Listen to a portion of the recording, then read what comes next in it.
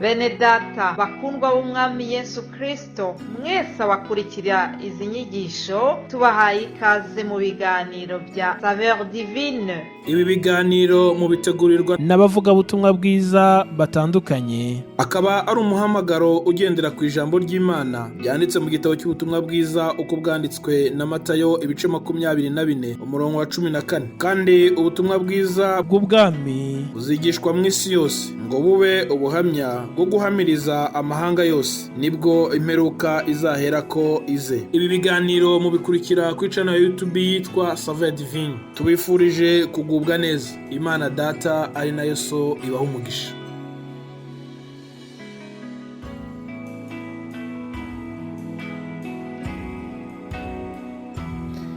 Bakundwa bene data, ndabaramukije mu izina rya Yesu.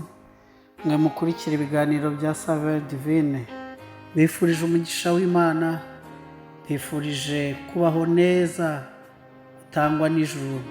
Imana ikunezeze kandi nkwifurije gukomeza kugira ibihe byiza mu mwaka mushyashya w'2022. Ni Evangeliste Jean Pierre Mutuyemungu muri kumwe muri ibi biganiro. Imana iguha umugisha. Ndagira ngo dusome ijambo ry'Imana rigiye kutuyobora. Turasoma igitabo cy'Abalewi, igitabo cya kabiri cya Mose cyitwa Abalewi. Dusome ibice 7 umurongo wa 12. Nagitambaho igitambo cy'ishimwe, aturane n'icyo gitambo cy'ishimwe udutsima tutasembuwe twavuganywe n'amavuta yerayo, n'udutsima tutasembuwe dusa n'amabango dusizwe amavuta yerayo, n'udutsima tw'ifu y'ingezi itoshejwe n'amavuta yerayo. Ko dutsima atwongereho n'imitsima yasembuwe, abiturane n'igitambo cy'uko ari amahoro, atambira gushima Uwiteka. Amen. Utwo dutsima twongereho n'imitsima yasembuwe, abiturane n'igitambo cy'uko ari amahoro, atambira gushima Uwiteka. Amen. Twongereho n'aya nayo ari muri Zaburi ya 56 umurongo wa 13. Zaburi ya 56 umurongo wa 13 haranditse ngo, Mana imihigo naguhize ndiho, kandi nzakwitura amaturo y'ishimwe, kuko wakijije ubugingo bwanjye urupfu, n'ibirenge byanjye wabikijije gusitara, ngo mbone uko ngendera mu maso y'Imana mu mucyo w'ababaho. Imana ihabwa icyubahiro. Unyemerere dusoreze gusoma urwandiko Pawulo yandikiye Abikorinto, urwandiko rwa 2 ibice 9 umurongo wa 12. Urwandiko rwa 2 rwandikiwe Abikorinto ibice 9 umurongo wa 12. Ibice 9 umurongo wa 12 haranditse ngo, kuko uwo murimo wo kugabura utamara gusa ubukene bw'abera, ahubwo utera benshi guhimbaza Imana, bayihimbaza kubw'ubuhamya bw'uyu murimo mwitangiye, mukemera kugandukira ubutumwa bwiza bwa Kristo, mukagira ubuntu bwinshi bwo kubafasha no gufasha abandi bose. Kubw'ubuntu bw'Imana burushijeho kuba muri mwe, nicyo gituma basabira no kubakunda cyane. Imana ishimirwe impano yayo nziza itarondoreka. Twese tuvugire hamwe ngo amen.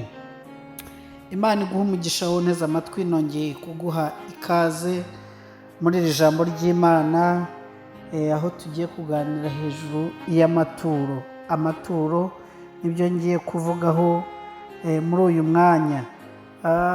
Gutura Imana nubwo muri iyi minsi y'imperuka, reka mvuge muri iyi minsi y'imperuka, birimo bitavugwaho rumwe n'abigisha bamwe na bamwe, kandi babitewe n'uko bamwe mu baturisha bagiye babyitwaramo nabi, bigasa n'ibigize isura mbi. Ariko ubundi ni byiza kandi n'umurimo w'Imana utegetswe, wemewe kugira ngo ubeho. Iyo urebye mu migenzo y'abo hambere, abakurambere abo dukomokaho, abatari bakamenya Imana, abatari bizera Kristo n'umurimo yakoze, bagiraga ibindi bigirwamana bajyaga basenga, kandi ibyo bigirwamana babituraga amaturo kugira ngo bibafashe mu bintu bikomeye bakabinezeza, bakanezeza ibyo bigirwamana byabo. Twe rero muri iki gihe cya none ndagira ngo natwe twibukiranye ko aho twaviriwe n'umucyo tugomba gutura Imana yacu amaturo. Turaza kuvuga amaturo y'uburyo butatu. Murabizi ko iyo umuntu yakugiriye neza ujya kumushimira kandi witwaje ituro. Ibyo bibaho mu muco wa Kinyarwanda, baba ari abagushyingiye mujya kubashimira, yaba ari uwakugiriye neza, haba ari uwakugabiye nawe uramwitura, niko bigenda. Ndetse n'uwo ushakaho ubucuti, reka nongere mvuge ngo n'uwo ushakaho ubucuti, iyo ushaka ko ubucuti bwanyu bukomera ujya kumusura ariko ujyanye ituro. Abanyarwanda bacu bo baravuze ngo amatama masa ntasabira inka igisigati. Bikwiye ko rero twegera Imana ariko tukanayitura. Impamvu ya mbere y'uko dutura Imana nk'uko tumaze kubisoma mu ijambo ry'Imana ni igitambo cy'uko turi amahoro. Umukristo ni umuntu ugomba gutura Imana kuko yagiriwe ubuntu n'Imana. Umva ikintu Imana yagukoreye nanjye yankoreye. Imana yaragushatse iragukiza. Ni nayo mpamvu ugomba gushyira ibyo utunze byose ku birenge by'Umwami, ari ubugingo bwawe, ari igihe cyawe, ubutunzi, kugira ngo uhinduke umukozi ukorana n'Imana. Imana iguha umugisha. Icya kabiri, ndashaka kukwibutsa ko ibyo dutunze byose ni ibyayo, nk'uko umwanditsi wa Zaburi yavuze ngo isi n'ibiyuzuye n'iby'Uwiteka, isi n'abayibamo. Ibyo tuyituramo n'ubundi ni ibyo yaduhaye. Hanyuma irindi jambo rya kabiri, ingingo ya kabiri nshaka kuvuga, ibyo dutunze byose ni iby'Imana kuko ariyo iduha imbaraga zituma tubigeraho. Aho rero niho ijambo ry'Imana ritwereka ko gutura ari igikorwa gikorwa n'umutima uzirikana ko iby'Imana yaguhaye ari nabyo wenzeho ukajya ugatura Imana. Ndashaka kukwibutsa iki yuko ntabwo gutura byaje bizanywe n'amategeko. Oya, ntabwo ari amategeko. Reka mbanze mbere yuko ngera aho ngaho mvuga ibi bintu bitatu. Hari amaturo y'uburyo butatu. Hari amaturo nyine atangwa mu rusengero agizwe n'amaturo. Icya kabiri akaba agizwe na kimwe mu icumi cy'ibyo twungutse, ari amaturo abanza ni ay'umutima ukunze. Hanyuma aya maturo ya kabiri nayo ni icya cumi ku byo twungutse. Hanyuma amaturo ya gatatu nshaka kuvuga ni ibyo kwitanga byo gukenura abera, nk'uko dusomye mu Bikorinto, byo gukenura abera, kwa kundi ufasha umuryango, kwa kundi ufasha abatishoboye, kwa kundi ugirira neza abantu, nayo ni amaturo kandi anezeza Imana. Ayo niyo maturo y'uburyo butatu nashaka kuvuga. Hanyuma icyo nashaka kuvuga kindi nuko nk'uko mubizi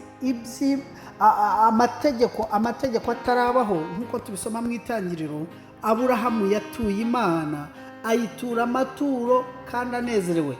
Yatanze kimwe mu icumi cy'ibyo yarazanye ku mugabo witwaga Melikisedeki.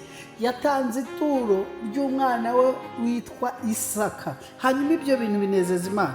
Umuntu wese ushaka ubucuti ku Mana, umuntu wese ushaka kwishyira Imana agomba kwitura ituro kuko Imana ari umwami. Indi ngingo ya gatatu nihuse cyane, gukoresha neza iby'Imana yatubikije bizana imigisha. Ibyo nta wabishidikanyaho. Ikindi cya kane nshaka kuvuga, abakristo tugomba kugaragaza umutima w'urukundo nk'uko Imana yabitugaragarije. Ijambo ry'Imana ravuga ngo turayikunda kuko yabanje kudukunda. Haradukunze duha Yesu umwana wayo w'ikinege, natwe tugomba gutanga tukayiha. Imana ihabwe icyubahiro.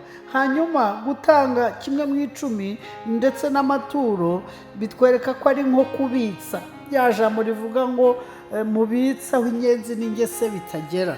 Ni ukubitsa, tubitsa mu ijuru imirimo myiza izaduherekeza. Umwanya wacu nukungana, ubutaha tuzakomeza tuvuga ibindi, ariko Imana igushoboze kwitangaho ubwawe nk'igitambo kizima cyera gishimwa n'Imana, hanyuma no gukorera imirimo myiza izaguherekeza. Imana iguha umugisha muri uyu mwaka, ujye gukorera Imana witanze mu izina rya Yesu. Amen.